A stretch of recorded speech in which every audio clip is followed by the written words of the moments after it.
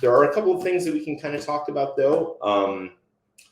Probably a good one that I think is going to continue to be a focus of the industry as well as ourselves, I think is impermanent loss.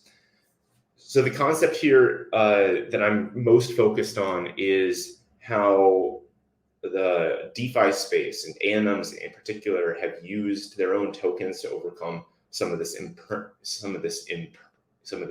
impermanent loss that people do experience. So for those of you that don't know, when you join in a DeFi pool like a Uniswap or Pancake or whatever, or uTrade, what happens is you come in and you join with two different tokens. They could be the same token, stablecoin pair. They could also be like ETH and USDT, or BNB and USDC, or what have you. And so when you join a pool, you would add about 50% of your liquidity into each side at that price point. What I think that a lot of people kind of miss on is there is no impermanent gain. Impermanent loss is if there's a price change from the point at which you enter at. So let's say BNB is $600 per token. If it goes up to 605, you'll experience some impermanent loss. If it goes down to 595, you'll experience some impermanent loss.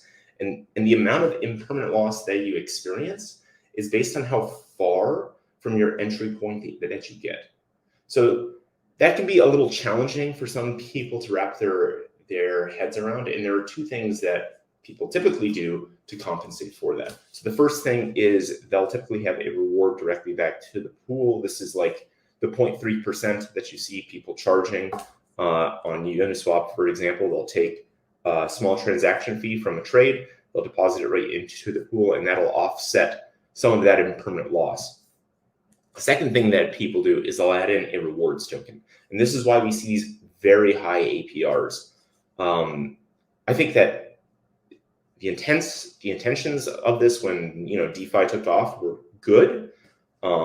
I don't think that anyone was specifically thinking about this in mind. I don't think that like a company went out there and said, "Ooh, we're going to add a token that doesn't have value specifically to offset impermanent loss." I think what they were doing was saying, let's just give the best APR that we can. So when this APR comes out, it's typically in that rewards token, and it's not considering the impermanent loss that you're experiencing as well.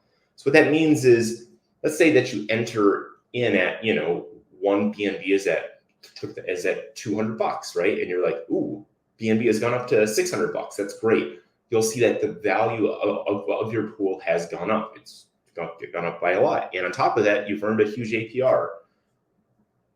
What can be challenging though is when you consider, okay, if I didn't enter that pool, what would my position be?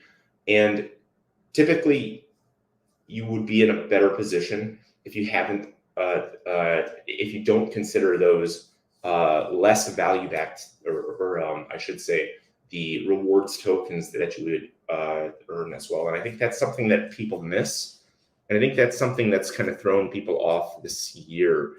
Is when they take a look at these very high APRs and they sit back and go, oh, I got a high APR, but why did I not earn as much as I should have? The price has gone up, or, and things like that. I think people get kind of confused on it. And I think that's a challenge of the DeFi space. I don't see a lot of companies attacking that specifically. I see them going after like compounding and token routing and some interesting things like that. But I don't see a lot of companies tackling that problem specifically. And that is going to be a problem that we're focused on here early next year. It's actually something that we've been working on now for some time that we've had in development. And that is going to be a focus that we have, because it's part of what we want to do as a company.